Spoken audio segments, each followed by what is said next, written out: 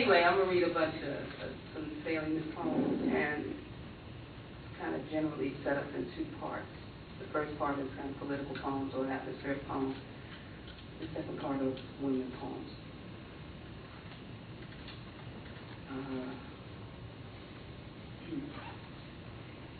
First poem is about counseling. Click up. Instead of Orwell, Deborah Norville breaks it to us on hard copy. Norwegian grass is blue. Poverty is like eunuchs crying about high pitch. Choruses wail away at the amen corner. Getaway, 1928. This is for Martin Sewell, a friend of mine who's a guitar player from Chicago. Pack up and hit it, road warrior, got the big one. Like the different urban areas, the trip far gone. Click the dusty boots to separate the troops moving on. Moving on. Take them off the farm, seen the parry, Hard to guess, boss, after Franco Philip got some brothers swung low. Bells chime, sweet French quiches, boy, in the U.S. all mantle for regions. Scared the crow, plot condemned, no way couldn't keep them, flee to the steel belt, work-related health reasons. Rusty got the clay still baked to his pain face, collard green and whole cake withdrawal from his mama, place Stockholm reason through with the Negro Northern news, you ain't never far away enough to not to need blues.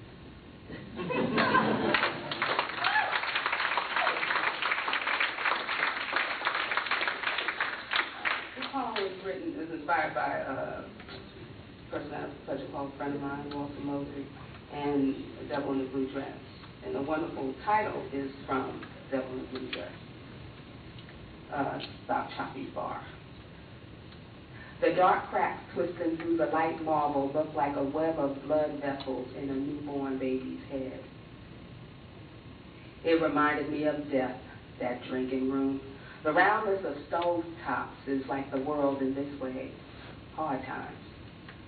The end of slavery was at my mother's apron strings, made from burlap and filled with white balls, seeds in them. A blistery southern wind is appreciated. Northward, it makes something sharper. It piles up, creates stalactites. This encapsulation has no light or end. It shifts at every misplaced word, at every unfortunate jostle. The vibe pulsates. Its membrane bends, then corrects. Expel. It is not porous. I accept this. I walk in. We had a little candlelight moment in New York recently, and it reminded me of 1977. This poem was about the Black God of 1977. Next to the other cement block building with a rounded top, a former synagogue. We were sitting around eating fried food in our natural habitat, Berryman and Hegeman Street. Sound goes before sight, the white noise of the freezer, a rumble like something dramatic is happening, had reached its full moment. First it went down to a kitty about to sleep, then silence. The afternoon sun crisped the place, made all the surfaces variations on the scheme, somewhere between dilated blood vessels of the vigilant eye over the oily steam, and a nail decomposing from condensation which attached the phone line to the pole, the tones of everyday items complementing the sun's changes. Outdoors, people dug out silver, ever-ready batteries from under car seats, and the kids' toys to listen to black radio. There was no sense listening to the news. Con Ed took a forced vacation. We know when he'd be back. Meanwhile, people took twirled, useless GE toasters and Marantz stereos along the street. A real patriotic parade, stealing. Chicken legs covered with flour and her secret stash of their feet were heating things up inside, making the stove pop. My job was to carry the plates urban palms, unfolded lawn chairs, their bold white and green weave pattern, the outstretched hands on them, trying to lounge suburban and still play spades. The Amanda range was only fit for one person. My grandmother had gone from red bone to teak between that time and when I first bought my first cast iron skillet, alone. The echoes of the ram killed for the new year, embedded in the mortar, wedded to the chopped sizzle of my adjoining wall. This is called Giallo Props on Main Street. This is about the protest against the murder of Amadou Giallo in Manhattan. Below the 666 on Fifth, the black atlas, almost like Robespin, the whole world by the diamond, furs, currency exchanges, sister seckies and brother security waving in glass treatments, and rings catch the light like special confetti for the heroes, while fanny pack wearing Letterman tees are in mid-chew across the road, agape at the new city. This is called the shoot to drop, the shoot to drop.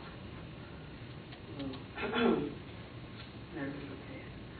The shooter drop for Fred Rogers, died 2003.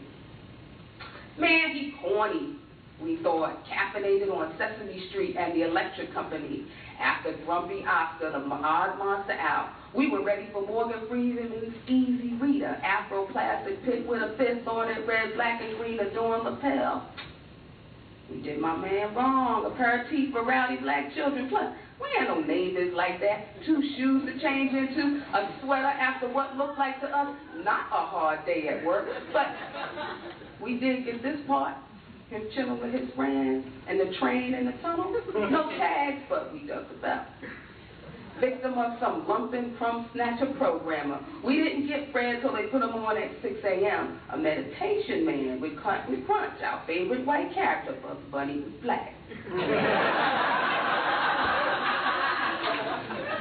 Sandwich at the end of the day, hopscotch between double dutch and the disintegration into fisticuffs, peanut butter and jelly, school clothes to play clothes. Ma gets in from work and brings us home before the real fireflies like Twilight and Dawn, Mr. Rogers and his camera crew, the little puppets, magical, king and queen, a cute page boy crop neighbor, Ma, that his wife, black classical musicians, and the postman, Mr. McFeely, his home slice.